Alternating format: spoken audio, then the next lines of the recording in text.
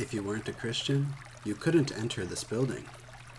In the early Christian world, baptism was a transformative public act, often reserved for adults and tied to Easter and Pentecost, but done within the Christian community.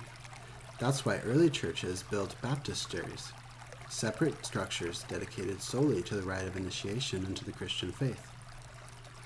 These buildings were practical and symbolic.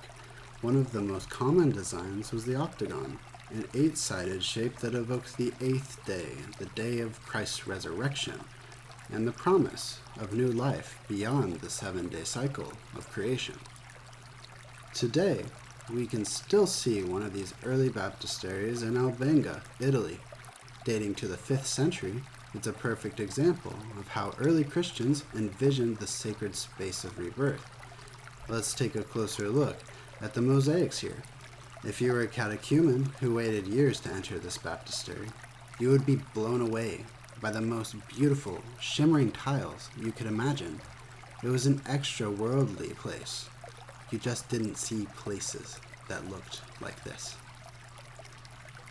First, we see some names of saints like Stephen, John, Lawrence, Gervasius, and Protasius. This was to remind the participant that in baptism, they were joining the heavenly cohort through their rebirth. One of the most recognizable icons in Christianity, the Lamb, is seen with 2 of them standing next to a jeweled cross, which is a common sight in the Roman Empire's iconographical Christian program.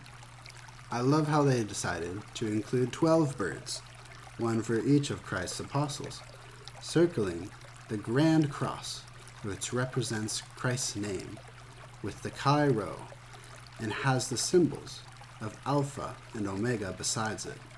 Symbolism is everywhere. You just have to count Christian numbers.